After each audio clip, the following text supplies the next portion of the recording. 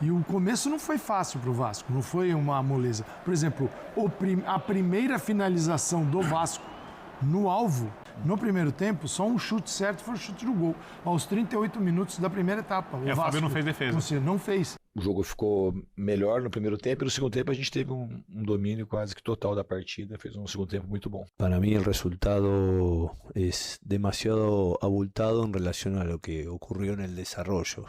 Eu até discordo do discurso do Zubeldia, né, que os gols definiram o jogo. Eu acho que foi o jogo onde a gente viu maior imposição de um dos dois. A gente viu o Vasco se impor de tal maneira que é uma vitória incontestável. O primeiro gol, vamos falar a verdade, né? Sorte. Um pouquinho de sorte aí. Na verdade, naquele momento, acho que o Fluminense tinha até criado mais. Talvez o momento de maior pressão de um time no jogo tenham sido os 15 minutos iniciais do Fluminense.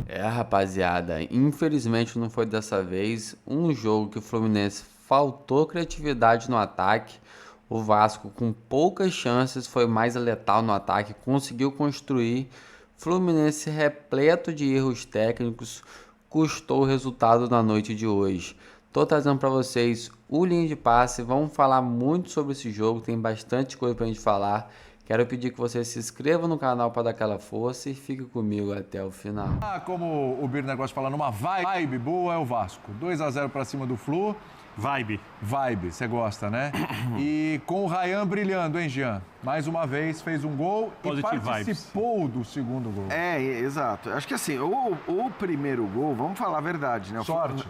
Um pouquinho de sorte aí. Agora, mas tem o mérito também de ter puxado. Na verdade, naquele momento, acho que o Fluminense tinha até criado mais. Talvez o momento de maior pressão de um time no jogo tenham sido os 15 minutos iniciais do Fluminense. Onde o Cano perde aquele gol que o Léo Jardim faz uma defesaça. Isso, acho que mais que o Cano perde o gol, o Léo Jardim faz uma defesaça. E aí a gente já tá vendo o gol do Ryan com a bola desviada, enfim, deu sorte sim, mas também tem o mérito de arriscar, de conseguir puxar a bola, de bater. É uma característica dele.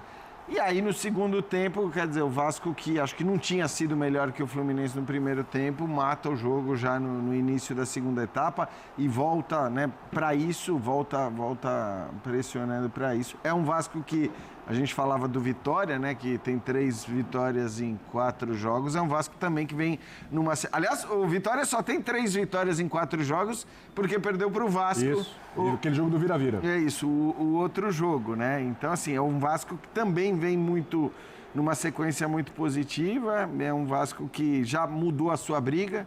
Se a gente estava falando ali de briga, né, de rebaixamento, que alguns times começaram a ficar com a pulga atrás da orelha, com o Vitória ganhando 3 jogos em 4 partidas, isso já não se aplica mais ao Vasco, né? Como você disse, está até à frente do São Paulo nesse momento. Então, assim, é um Vasco que vai poder, acho que sim, sonhar, quem sabe, numa vaga, né, até mesmo em Libertadores, porque a gente lembra que Por que não? Você pode ser o 8º colocado e ficar com vaga na Libertadores.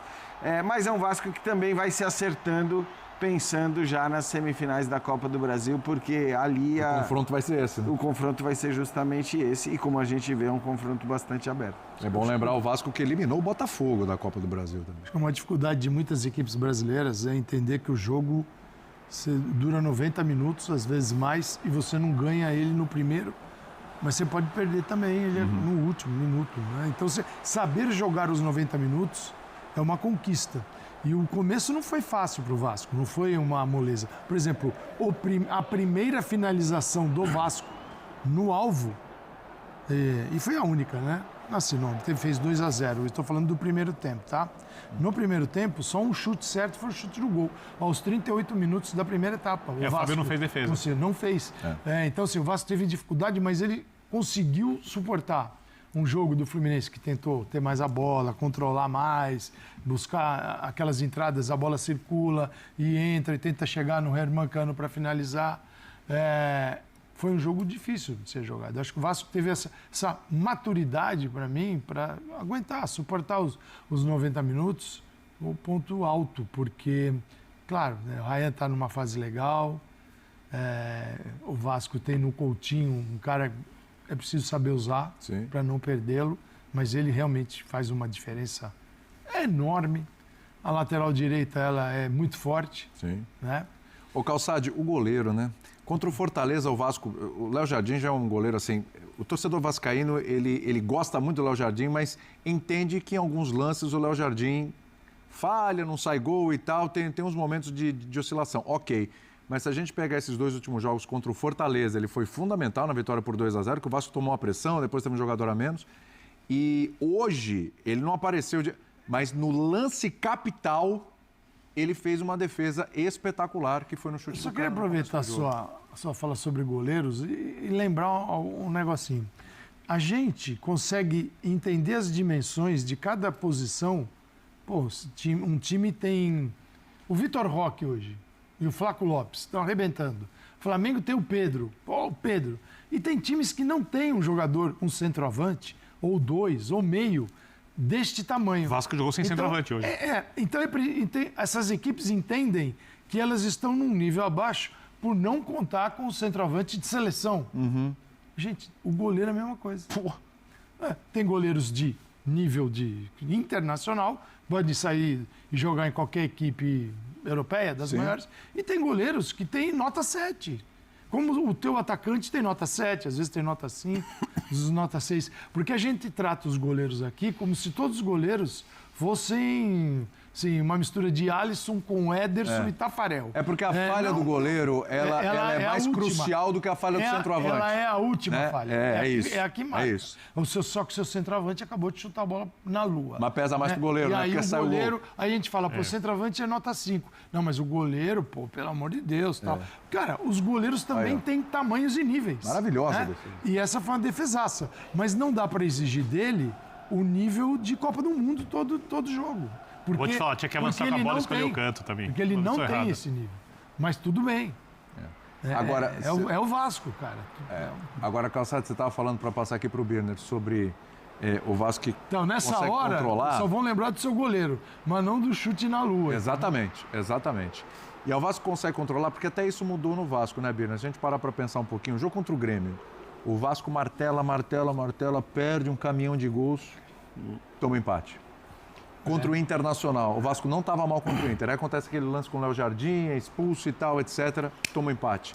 Contra o Ceará, 2-1 ganhando em São Januário. Se eu não me engano, o Vasco estava até com um jogador a mais naquele jogo contra o Ceará, se eu não me engano.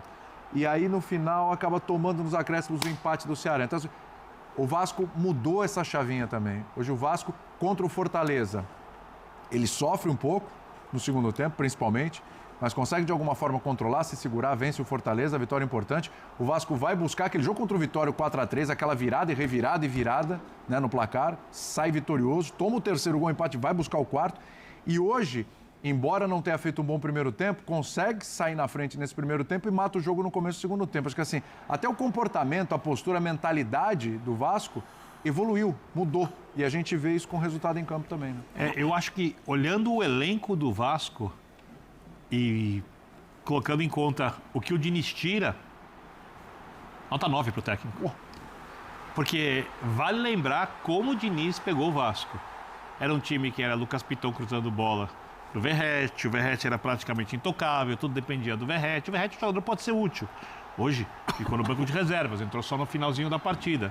Porque o Diniz foi criando outros jeitos de jogar. E aí eu lembro do Ryan, que talvez seja o destaque do Vasco no campeonato, para mim é até o momento. Sim.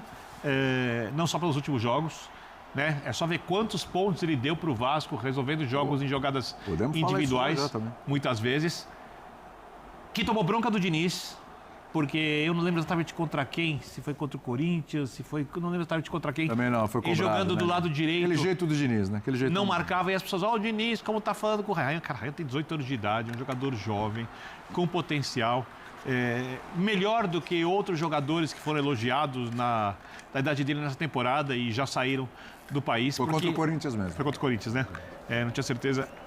E a utilização dele como, nem foi falso centroavante, mas como falso centroavante na posição de hoje, e o jeito como o Diniz utiliza ele no lado do campo e como entende o jogo e como orienta o jogador, está acelerando o processo de maturação dele.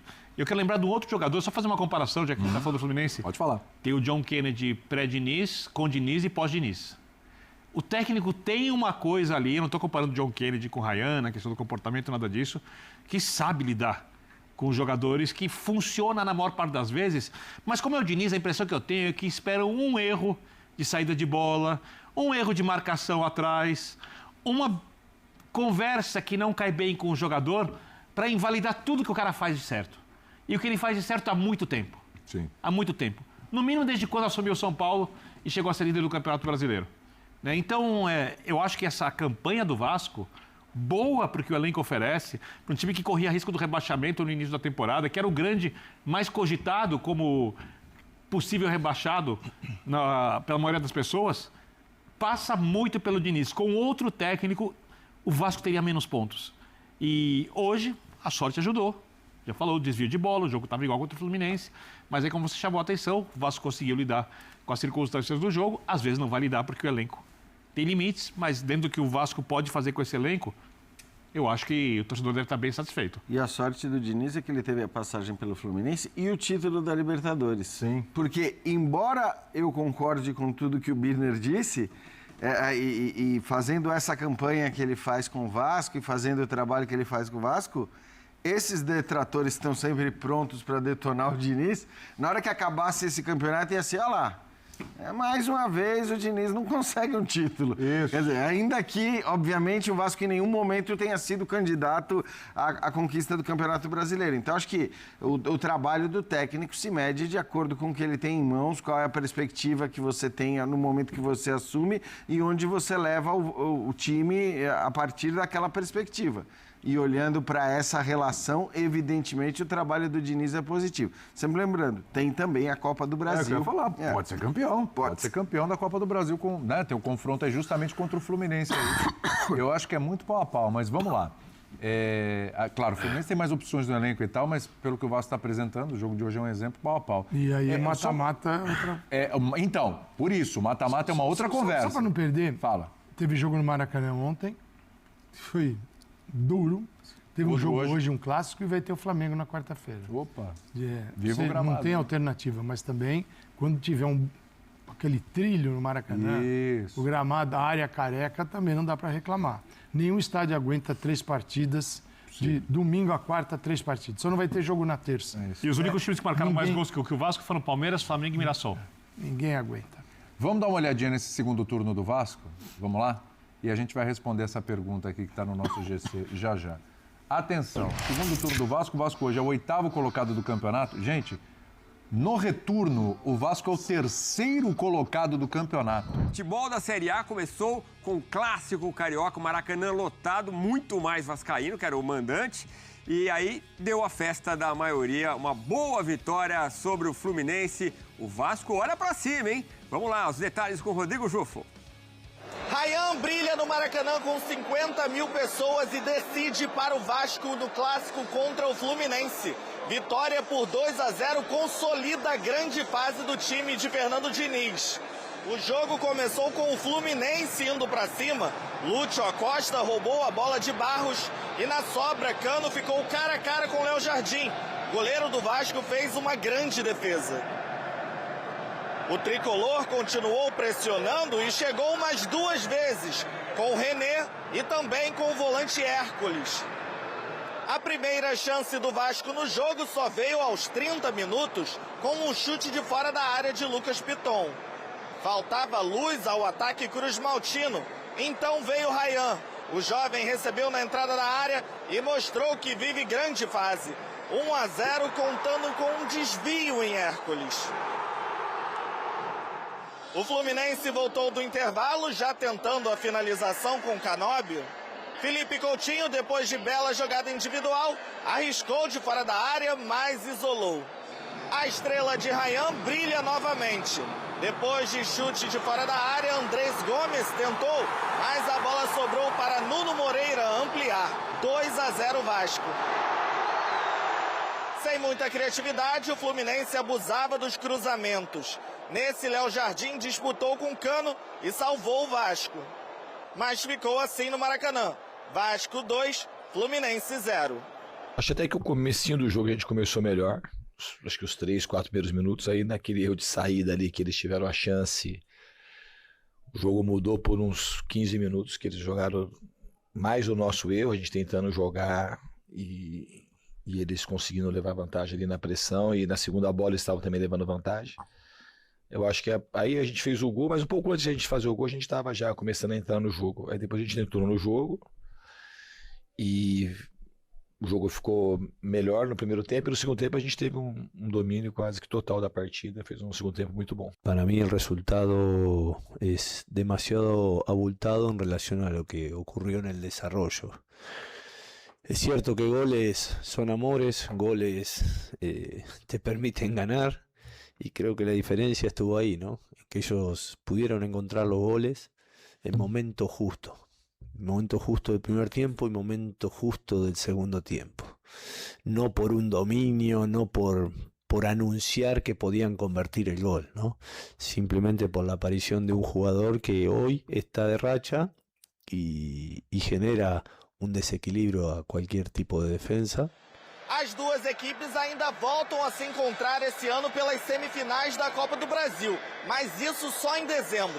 O foco é total no G6 do Campeonato Brasileiro. Fluminense estacionou na 7ª colocação a 5 pontos do Bahia. Já o Vasco saiu lá da parte de baixo da tabela e agora já é o 8º do Brasileirão. Estão colados e, aliás, vale lembrar, né? Se reencontrarão na semifinal da Copa do Brasil em dezembro. Vitória Vascão, como faz o Fernando Diniz. O Fluminense teve mais posse de bola, um pouco mais, 54% contra 46%. Finalizou uma a mais, 12 contra 11. No alvo, vantagem vascaína, 5-4. O Fluminense cruzou muita bola, 19 contra 4. E teve mais ações na área rival, 15-6, mas o que importa é bola na rede. E o Vasco saiu comemorando muito graças a esse cara aqui, ó.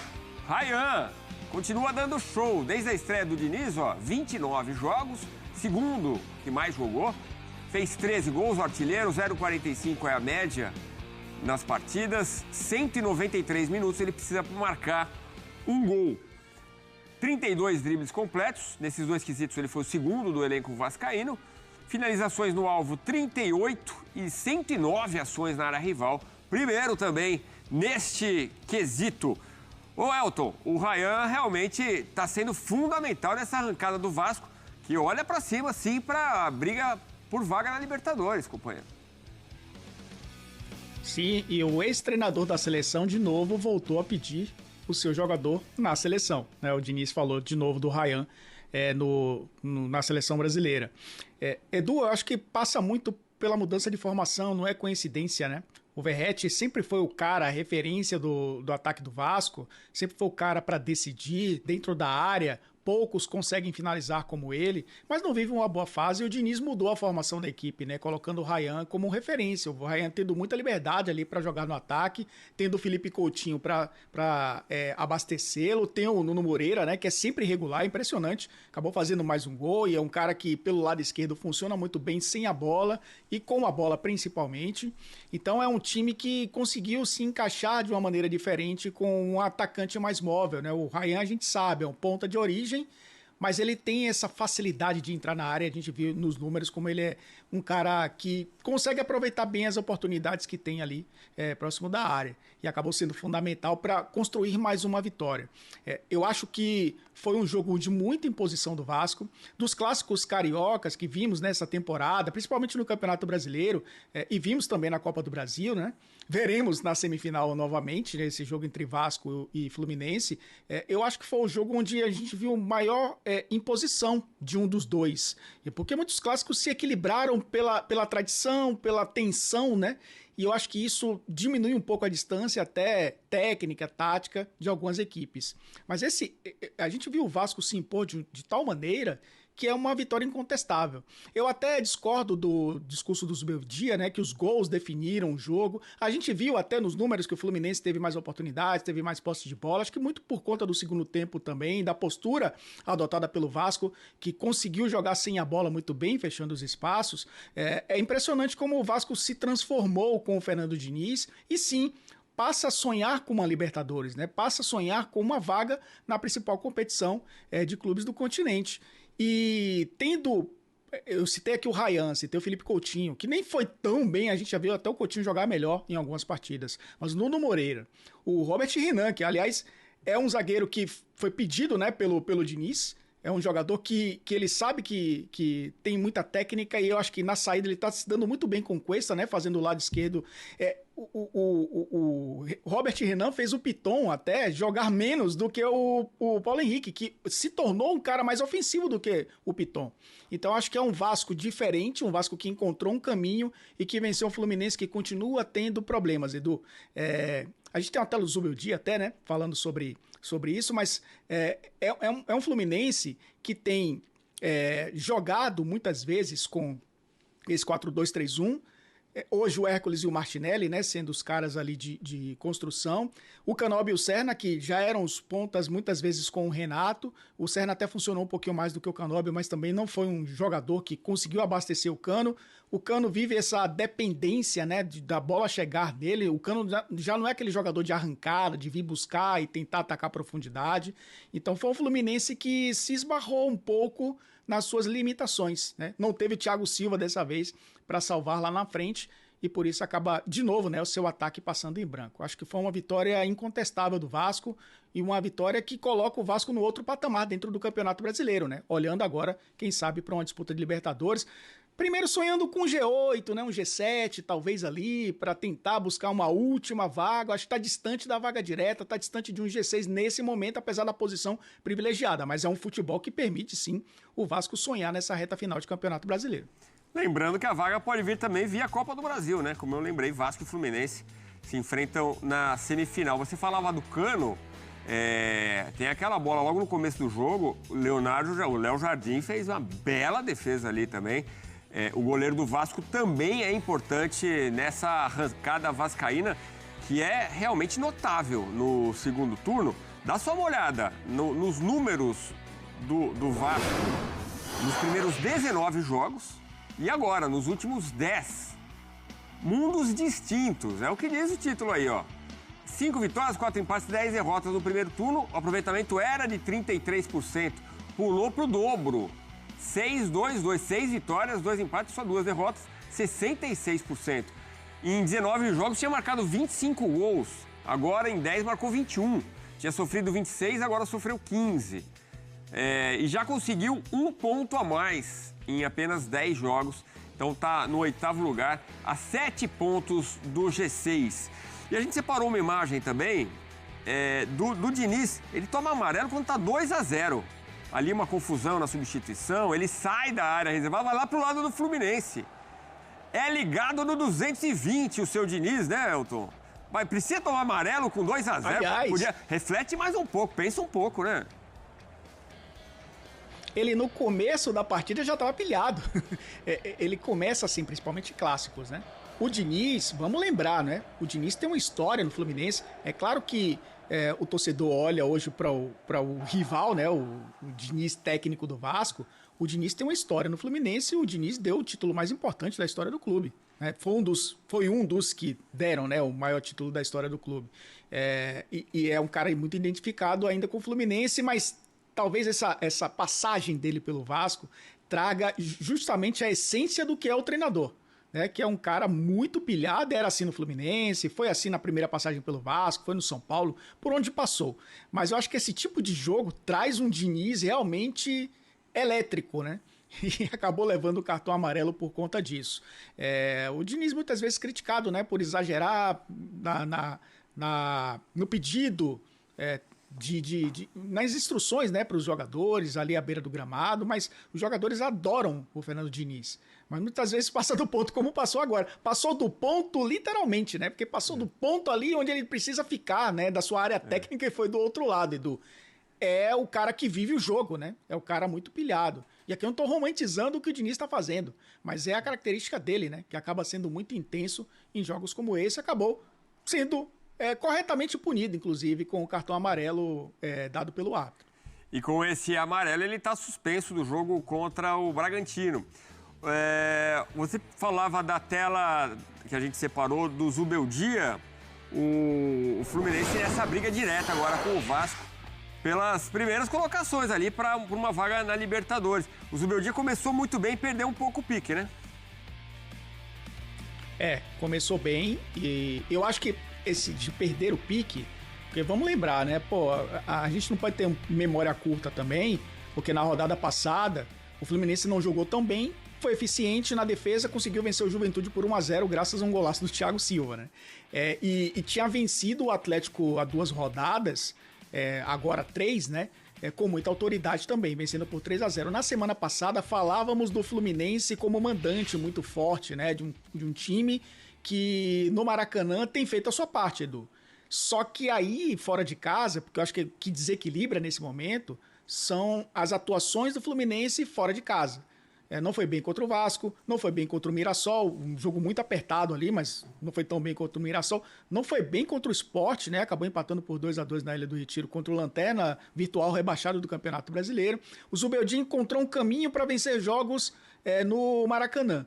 Mas fora de casa, até para dar tranquilidade, pensando na Copa do Brasil, o Fluminense não encontrou esse equilíbrio. Mais uma vez, não jogou bem contra um adversário fora de casa, né? Jogando como visitante nesse momento, um clássico, né? E acabou sendo aí derrotado mais uma vez. Ainda não conseguiu quebrar essa barreira, né? De conseguir 3 pontos fora de casa. E esse foi o Linha de Passe de hoje. E vamos falar brevemente sobre esse jogo. E para vocês terem ideia de quão ruim foi esse jogo, o Guerreiro, o melhor jogador nosso do Fluminense hoje, foi o René. Por incrível que pareça, René, um cara que a gente sempre crucifica na escalação, já olha e fala assim, pô, René não, melhor utilizar o Fuentes. Mas não, nesse caso ele tem uma importante função no elenco, que é trazer essa cobertura para o Freitas, que não tem sido seguro, e hoje novamente tem uma parcela grande no gol do Ryan, desviou a bola, tornou o chute indefensável para o Fábio, que também falhou no dia de hoje. Nossa muralha tricolor Fábio não foi bem. No segundo gol, principalmente, a bola que veio, ele espalmou. Era uma bola que ele dava para encaixar, abafar a jogada e seguir o lance. Mas não, parece que estava inseguro, não sei o que aconteceu. Espalmou e deu o segundo gol do Vasco. Então, o Fluminense hoje muito abaixo no geral, com poucos destaques, o suficiente para o René ser o melhor. Né? Foram 5 desarmes do René, sendo que ganhou 3, 2 interceptações, 3 cortes, 5 recuperações de bolas, e nos duelos pelo chão, foram 8 duelos em que ele ganhou 6, e nos duelos pelo alto, 3 e ganhou as 3. Então, importantíssimo na parte defensiva. Se não fosse ele, a gente teria se complicado mais. O Vasco atacou bem mais e o Fluminense teve um leve lampejo no primeiro tempo, nos primeiros 15 minutos. Mas com o gol do Ryan, o time só foi desmoronando. No segundo gol, mais ainda, o time completamente abatido. Não tinha John Kennedy para fazer milagre, nem Soteldo, muito menos. Um jogo para o Fluminense levar como aprendizado. O importante é que não foi na Copa do Brasil, temos chão até lá, é o início de trabalho do Zubeldia, espero que ele possa trazer muita alegria ainda para a torcida tricolor, mas hoje não foi o dia. Comente aqui o que você achou do jogo, o que poderia ter sido diferente, uma peça ou outra, comente aqui, fique à vontade, quero pedir que você se inscreva no canal para dar aquela força, curta esse vídeo, compartilha para dar aquela ajuda e assim que eu tiver mais novidades eu trago. Até a próxima e valeu, valeu.